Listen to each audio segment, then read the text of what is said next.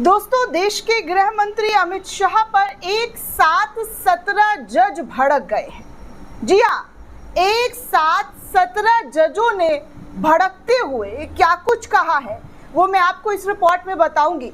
लेकिन आपको बड़ी जानकारी ये दे दूं कि क्या आपको ये खबर पता चली, किसी भी मीडिया चैनल में आपको बताया गया कि एक साथ 17 जज अमित शाह पर क्यों भड़के हैं, किस वजह से भड़के हैं और उन्होंने ऐसा क्या कर दिया जिसकी वजह से आज देश में बैठे हुए पूर्व जजों को ये आकर कहना पड़ रहा है कि अशोभनीय, निंदनीय इस तरीके की चीज़ें कोई कैसे कह सकता है, वो भी गृह मंत्री के पद पर बैठकर।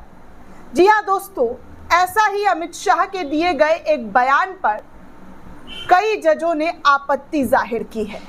और कमाल की बात यह है दोस्तों कि हमारे गृह मंत्री, जिसे मीडिया चाणक्य चाणक्य चाणक्य कहते हुए फूले नहीं समाती है, वो चाणक्य इंडिया गठबंधन के उपराष्ट्रपति के कैंडिडेट को लेकर जिस तरीके का बयान देते हैं, वो बयान अपने आप में ही निंदा करने वाली है।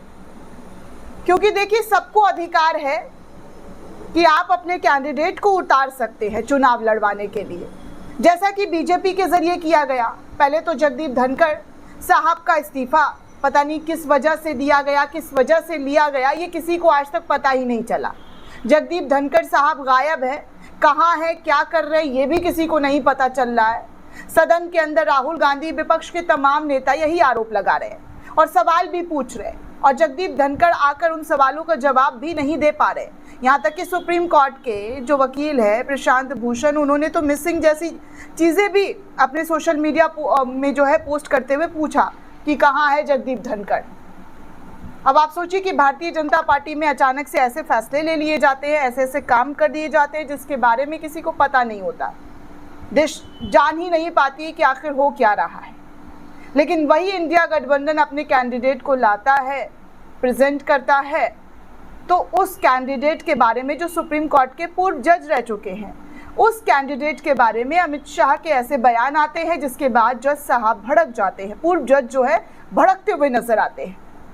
दोस्तों, जब से इंडिया गठबंधन की तरफ से जस्टिस बी सुदर्शन रेड्डी को विपक्ष ने उपराष्ट्रपति पद के लिए कैंडिडेट चुना है, तब से बीजेपी में पता नहीं किस चीज़ की बेचैनी है, किस चीज़ की खलबलाहट है कि वो इस तरीके का बयान दे रहे हैं, इस तरीके का बयान दे रहे हैं दोस्तों, जिसे सुनकर जजों को आगे आकर कहना पड़ रहा है कि ऐसी बातें, ऐसी शब्दों का इस्तेमाल, इस तरीके की टीका टिप्पणी किसी भी जज के लिए नहीं करनी चाहिए।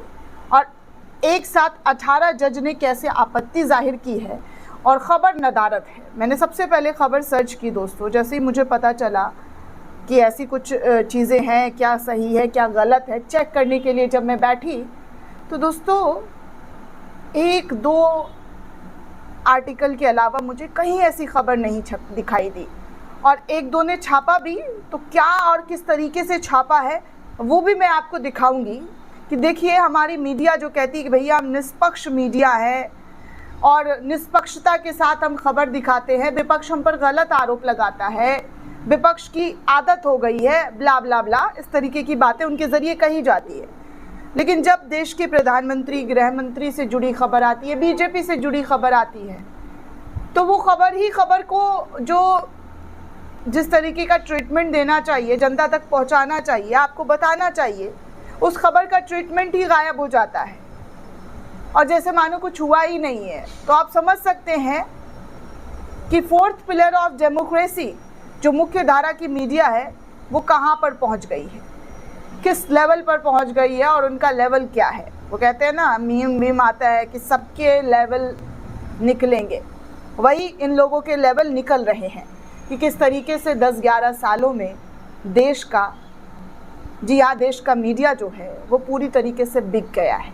बिका हुआ मीडिया, ऐसे ही नाम नहीं दिया जाता है, बिका हुआ, गोदी मीडिया, गिद्ध मीडिया, यही सब तो नाम उनको दिया गया है। खैर, मैं गोदी मीडिया पर कोई खबर करने नहीं आई हूँ, मैं बताने आई हूँ कि अमित शाह की एक टिप्पणी पर जजों ने, जी हाँ 18 पूर्व जजों ने जमकर, जी हाँ जमकर अमित शाह पर जो है टीका टिप्पणी करने से आपत्ति जो है, जिस तरीके की टीका टिप्पणी की है, आपत्ति जाहिर की है। सबसे पहले दोस्तों मैं आपको बता दूं, अमर उजाला ने इस खबर को छापा और लिखा कि पूर्व जजों ने सुदर्शन रेड्डी पर टिप्पणी के लिए शाह को घेरा, पूर्वाग्रहपूर्ण गलत व्याख्या करार दिया। ये तक नहीं बताया कि 18 जजों ने घेरा है। 18 पूर्व जजों का रिएक्शन आया है अमित शाह के बयान पर, ये तक इनसे हेडलाइन नहीं दिया गया। खैर, अब आपको मैं दिखाऊं TV9 भारतवर्ष का ये आर्टिकल। TV9 भारतवर्ष लिखता है कि क्या है वो सलवा जूडम केस जिसे लेकर अमित शाह ने विपक्ष के उपराष्ट्रपति उम्मीदवार सुदर्शन रेड्डी को घेरा और बताया वामपंथी।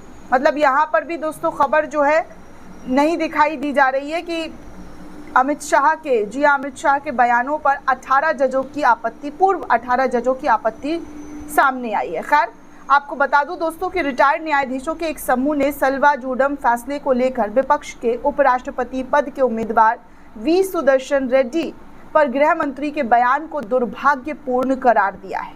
उन्होंने कहा है कि इससे बचना ही समझदारी होगी। सुप्रीम कोर्ट के पूर्व न्यायाधीश कुरियन जोसेफ, मदन बी लोकुर और जे चलमेश्वर सहित 18 रिटायर्ड न्यायाधीशों के समूह ने ये कहा है कि उच्च राजनीतिक पदाधिकारी की ओर से शीर्ष अदालत के फैसले की पूर्वाग्रहपूर्ण गलत व्याख्या से न्यायाधीशों पर नकारात्मक प्रभाव पड़ सकता है। दरअसल अमित शाह ने सुप्रीम कोर्ट के पूर्व न्यायाधीश सुदर्शन रेड्डी पर नक्सलवाद का समर्थन करने का आरोप लगाया था। उन्होंने दावा किया था कि सलवा जूडम फैसला वामपंथी उग्रवाद 2020 तक समाप्त हो गया होता। आगे दोस्तों आपको बता दूं कि जब ये बयान सामने आया तो जी हाँ, ज़बरदस्त तरीके से जो है अमित शाह के बयान की 18 जजों ने निंदा की और खूब जमकर फटकार लगाई और कहा कि इस तरीके के शब्दों का इस्तेमाल आप कर रहे हैं,